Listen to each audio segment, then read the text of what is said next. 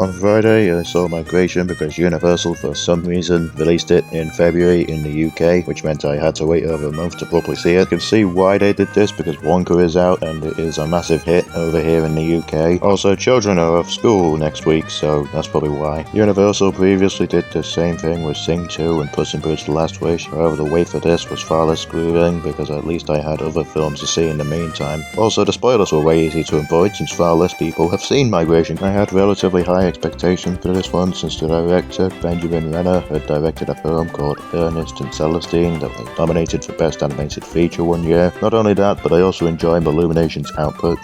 Well, aside from Pop, I enjoyed the Despicable Me franchise, The Secret Life of Pets duology, the Sing duology, and the Dr. Seuss adaptations they've done, and of course the Mario movie too. I'd argue they get way more hate than they deserve. Their films usually aren't anything groundbreaking or mind-blowing, but they're fun, and I can turn one on if I just want to laugh and have a good time. I was of course excited when I heard Migration was one of their better films, and now that I've seen it, my mother also, I agree. The plot of Migration is nothing mind-blowing, and it's actually quite simple. The Mallard family are a group of ducks that meet a flock that are flying south to Jamaica for the winter. The father, Mac, is reluctant to go and constantly discourages his children from leaving the pond, and every night he tells them nasty bedtime stories accompanied by gorgeous 2D animation that scare them. However, the mother of the family, Pam, is annoyed at Mac and wants him to open his eyes to the world and stop being restricted to the pond. Eventually, the reluctant Mac agrees to go on holiday with them to Jamaica, accompanied by the best character in any film ever, Uncle Dan. On their way, they encounter various quirky characters, and even the antagonist, the chef, who will stop at nothing to serve these ducks on a plate. The film is only 82 minutes long, and I am fine with that. Yeah, some scenes do feel a bit rushed, but it's the perfect runtime for a simple story like this. It's great fun. The jokes landed more than I was expecting them to. There's a fair amount of well-timed slapstick in here and witty lines by Uncle Dan.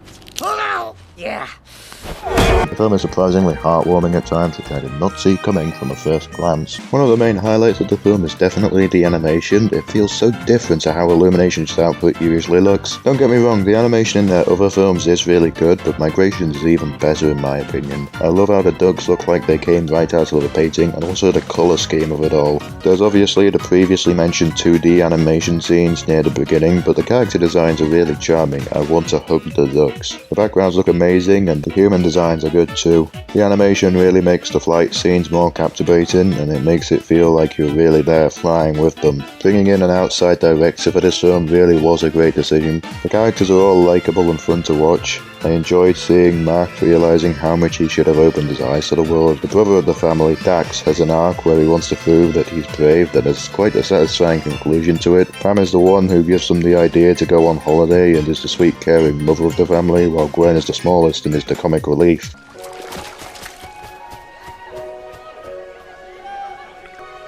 I'm so sorry you can't have babies with her. On their way to Jamaica, they run into two herons who allow them to stay, who may or may not want to eat them. Chump is a New York pigeon that's missing a leg and is the leader of the gang and is probably the second best character in the film. I don't find Aquafina annoying. She was fine and right in The Last Dragon, and she was really good in The Bad Guys. Luckily, she's more on the bad guys' end here. She leads them to Delroy, who is a homesick macaw from Jamaica who spent most of his days in a cage, which makes it feel even more rewarding when he fights back against the main antagonist during the final battle, the previously mentioned chef. Okay, he's really close, and he really looks mad. Despite not having the most screen time in the world, he has a menacing presence that I am kind of surprised was allowed in a U-rated film. I love how he doesn't say a single word, it just makes him even more menacing. There's also Goo Goo and Dax's love interest, whose name I can't remember for the life of me and is only in the film for like 2 minutes. There isn't too much to say about them, aside from that they serve their purpose just fine. And finally, we have the best character, Uncle Dan. He is literally me. He is voiced by the legendary Danny DeVito, and he is used like a gun in the climax of the film. He is unstoppable. I have the Uncle Dan t-shirt. I have all the power. Another thing worth mentioning is the score, which is brilliantly composed by John Powell, who also composed the score for my favourite film of all time, Chicken Run. But another thing I noticed was the lack of licensed songs in this. There's a bit where they play Survivor, but it's a Salsa Club remix, which I thought was really cool. Most of the time it felt like I was genuinely watching a real family, and the strong voice acting really helped this. The scene where they get to Jamaica is just so satisfying to watch. It feels earned. There is, however, one other thing to mention here, and that would be the vector short Mooned. It's fun,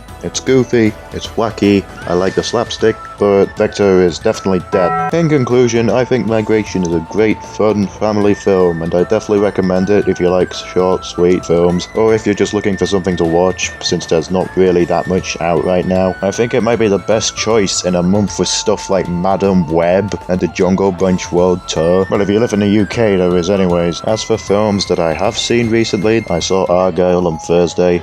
Yeah, it was alright. I also saw The Tiger's Apprentice. I don't know what to say about that one. I also saw Ryan on the Dark, which was actually pretty great. I really liked it. Go watch that. With all that said, I hope you enjoyed this review, and tell me whether or not if I should do more of these. Bye.